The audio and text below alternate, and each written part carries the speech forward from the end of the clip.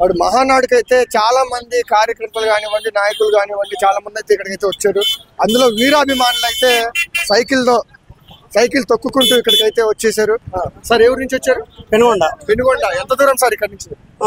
250. Sir ఎంత మంది వచ్చారు సైకిల్ మీద? 44 మంది. వీటి ఎలా ఉంది ఇక్కడ మహానాడు బ్రహ్మాండంగా ఉంది. ఈ కూటమి అధికారంలోకి వచ్చి 1 year దాటింది. అభివృద్ధి ఏ విధంగా జరిగింది మీ ఏరియాలు కానీ, ఆంధ్రప్రదేశ్ మొత్తం కానీ? బాగా జరిగింది అభివృద్ధి. మీ ఏరియాలో ఏమేం చేశారు? మా ఏరియాలో కూడా అభివృద్ధి బాగా జరిగింది. మేము ఆ కృషితో 44 సార్ ఇది 44 మహానాడుకి మేము మా సౌతమ్మక్క 44 సైకిళ్ళు తెచ్చి కృషితో మేము యువతంతా ఉత్సాహంగా వచ్చినాం. ఎన్ని రోజులు పట్టిందండి మీకు రావడానికి? మాకి 2.5 దినం. ఆదివారం 9 గంటలకు బయలుదేరినాం. కదిరి నైట్ హాల్ట్ ఉన్నాం. మళ్ళీ ఈడొచ్చేసి పులివెందుల దగ్గర, అదే పల్లి దగ్గర ఒక నైట్ ఉన్నాము. యామలపల్లి. మళ్ళీ ఇంకా 1 గంటకి జమ్మలమడగ లేక చేరుకున్నాము. మా ఎక్కే వచ్చి మాతో ఆహ్వానించింది. సహారా ఇచ్చేసి మళ్ళా భోజనాలకి మాకు అరేంజ్ ఒక స్కూల్ మాట్లాడి దాంట్లో ఇచ్చేసింది సార్. నారా లోకేష్ గారి గురించి ఏమనుకుంటున్నారు మీరు? నారా లోకేష్ గురించి మాకి బాగా యువతకి ఉత్సాహం చేస్తాడు, మాకు బాగా సాయం చేస్తాడు అని చెప్పేసి మేమంతా ప్రజలంతా కోరుకుంటున్నాం సార్. భవిష్యత్తులో టీడీపీ అధినాయకుడు అయ్యే ఛాన్స్ ఉందా నారా లోకేష్ గారు? వాళ్ళ డాడీ ఇదైన తర్వాత నారా లోకేష్ గారు సార్ ఇంక ఛాన్స్ అంతే. మళ్ళీ జగన్మోహన్ రెడ్డి గారు వచ్చే ఛాన్స్ ఉందంటారా? అది లేదని సార్, జగన్మోహన్ రెడ్డి ఛాన్సే లేదని సార్. ఫస్ట్ ఒక ఛాన్స్ అన్నాడు. ఒక ఛాన్స్ అయిన తర్వాత మాకు ప్రజలకు ఇబ్బంది పెట్టినాడు.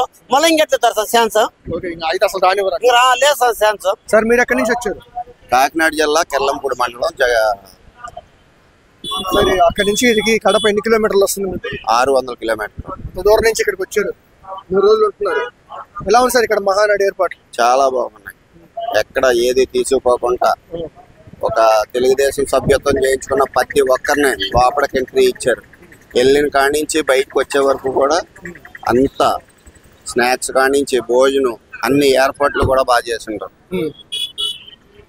సార్ కూటమి అధికారంలోకి వచ్చాక 1 year దాటింది. మాకు ఇక్కడ జగ్గంపేట కాన్స్టిట్యున్సీ మాది. జ్యోతుల నెహ్రూ గారి ఆధ్వర్యంలో మేము 4 బస్సులు 10 కార్లతో రావడం జరిగింది. అందరికీ కూడా మహానాడులో ఏర్పాట్లు చేయగా మా ఎమ్మెల్యే ప్రత్యేకించి ఇక్కడ ఏర్పాట్లు చేయడం కూడా జరిగింది.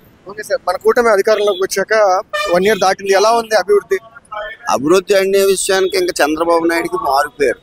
ఇంకా ఆయన తర్వాత ఏదైనా ఎక్కడ దేనికి అదే జరుగుతుంది. అభివృద్ధి విషయంలో ఏది కూడా ఇప్పుడు ఈ 1 year లో రోడ్లన్నీ కూడా రూపురేఖలు మారిపోవడం జరిగింది. చాలా బాగుంది. మళ్ళీ జగన్మోహన్ రెడ్డి గారు వచ్చే ఛాన్స్ ఉందంటారు ఈసారి? సమస్య లేదు. వస్తే మాత్రం మళ్ళీ ఆంధ్రప్రదేశ్ ఎక్కడ పోద్దో కూడా తెలియదు, అంత అధ్వానంగా జరుగుతుంది. ఏం చేశారు అప్పటికి ఇప్పటికి డిఫరెన్స్ ఏముందంటే? డిఫరెన్స్ ఏముంది అని అంటే ఇవాళ చంద్రబాబు నాయుడు గారు హైదరాబాద్ ఏ విధంగా అయితే ఉమ్మడి ఆంధ్రప్రదేశ్ లో హైటెక్ సిటీ అయితేనే ఏదైతేనే ఏ విధంగా డెవలప్ చేశారో ఆ ఇదొక్క యువత పెద్ద తరహా అందరూ కూడా ఆలోచించి ఈ కూటమి ప్రభుత్వాన్ని ఈసారి మనం గెలిపించుకుంటేనే భవిష్యత్తు బాగుంటుందని చెప్పి ఒక నిర్ణయానికి వచ్చి 164 సీట్లు ఇచ్చారంటే ఎంత దూరం ఆలోచించారండి. ఇది చాలా అద్భుతమైన విజయం. ఈ విజయంతో పాటు ఆ నమ్మకాన్ని ఆ చంద్రబాబు నాయుడు గారు అమరావతి అయితేనేవ్వండి, ఇండస్ట్రియల్ అయితేనేవ్వండి, ఏదైతే అవనివ్వండి అన్ని రకాలుగా కూడా అభివృద్ధి చేయడానికి ఆయన ముందున్నారు. కాబట్టి ఆయన మీద నమ్మకంతో జనాలు ఉన్నారు. సార్ నారా లోకేష్ గారు పనితీరు ఎలా ఉంది విద్యాశాఖ మంత్రిగా? ఇంతకు ముందుతో పోల్చుకుంటే చాలా అద్భుతంగా ఉంది. ఆయన ఎక్కడ వంకు జంకు లేకుండా పరిపాలన విషయంలో ఎంత ధీటుగా సమాధానంగా ప్రయాణం చేస్తున్నారు. మహానాడులో 2వ రోజు భాగంగా విజయవాడ నుంచి అయితే కొంతమంది నాయకులు అయితే ఉన్నారు. విజయవాడ సెంట్రల్ నియోజకవర్గం నుంచి వారి మాటలో తెలుసుకుందాం. ఇక్కడ మహానాడు ఏర్పాట్లు ఎలా ఉన్నాయో సార్ చెప్పండి. ఇక్కడ కడపలో జరిగే మహానాడుకి ప్రజలు బ్రహ్మరథంగా పడుతున్నారు. వర్షం వచ్చినా కానీ వర్షాన్ని కూడా లెక్క చేయకుండా నిన్న మటుకు వర్షం వచ్చింది, ఈరోజు వర్షం లేదు, బ్రహ్మాండంగా ఉంది. అసలు కడపలో అనుకున్నట్లు కంటే కడప మహానాడుకి ప్రజలు బ్రహ్మరథం పడుతున్నారు. మన రాష్ట్ర నలుమూలల నుంచి వస్తున్నారు. ఈ విధంగా జరుగుద్దని ఎవరు ఊహించలేదు.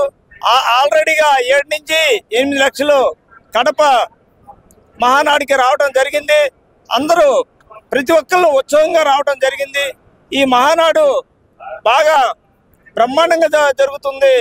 అన్ని ఏర్పాట్లు బ్రహ్మాండంగా ఉన్నాయి. భోజనాలు కానీ, ఈ మీటింగ్లు కానీ, జనాలు రావడం కానీ, పార్కింగ్ కానీ అంతా బ్రహ్మాండంగా ఉంది. మేము విజయవాడ సెంట్రల్ నియోజకవర్గం కొండా ఉమా గారు మా ఎమ్మెల్యే సెంట్రల్ నియోజకవర్గం నుంచి మేము రావడం జరిగింది. విజయవాడ నుంచి ఈ విధంగా ఏర్పాట్లు చేస్తారని మేము ఊహించలేదు. అన్ని ఏర్పాట్లు బ్రహ్మాండంగా ఉన్నాయి.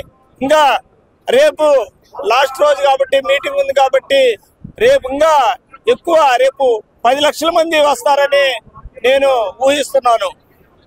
సార్, ఒకప్పుడు ఎలా ఉంది ఆంధ్రప్రదేశ్? ఇప్పుడు కూటమి అధికారంలోకి వచ్చాక 1 ఇయర్ దాటిపోయింది. ఇప్పుడు ఎలా ఉంది? అభివృద్ధి పనులు ఏ విధంగా జరుగుతున్నాయి? చంద్రబాబు నాయుడు గారు సూపర్ 6 గురించి ఏం చెప్పారు ఇక్కడ? ఒకప్పుడు అభివృద్ధి అంటే గత జగన్మోహన్ రెడ్డి గారి గవర్నమెంట్ లో అభివృద్ధి అనేది శూన్యం. ఆయన 3 రాజధాని అన్నాడు, 1 రాజధాని కట్టలేదు. ఇప్పుడు మన రాష్ట్రంలో అభివృద్ధి బ్రహ్మాండంగా జరుగుతుంది. ఈ అమరావతి కూడా అభివృద్ధిలో దూసుకుపోతుంది. మన అమరావతికి మోడీ గారు, ప్రధానమంత్రి మోడీ గారు వచ్చి అమరావతికి 60,000 కోట్లు శంకుస్థాపన నిమిత్తం, అభివృద్ధి నిమిత్తం రిలీజ్ చేయడం కేంద్రం నుంచి జరిగింది. ఇప్పుడు మన రాష్ట్రం అభివృద్ధిలో దూసుకుపోతుంది. మనం గతంలో 1000 రూపాయల పింఛను పెంచాలంటే 5 సంవత్సరాలు పట్టింది. మనం 3000 పింఛన్ని 4000 మన గవర్నమెంట్ రాగానే ఎమ్మటి 2 నెలల్లోనే మనం 1000 రూపాయలు పెంచడం జరిగింది. గత గవర్నమెంట్ 1000 రూపాయలు పెంచాలంటే 5 సంవత్సరాలు పట్టింది. మనం అదనంగా మళ్ళీ 3000 రూపాయలు కూడా ఇచ్చాము. మొత్తం 7000 రూపాయలు ఇవ్వడం జరిగింది. మన రాష్ట్రంలో అన్నా క్యాంటీన్లు బ్రహ్మాండంగా జరుగుతున్నాయి. అన్నా క్యాంటీన్లో ప్రతి పేదవాడికి అన్నం దొరుకుతుంది. అన్నా క్యాంటీన్ల వల్ల ఉపయోగం అని అందరూ ప్రజలు హర్షిస్తున్నారు.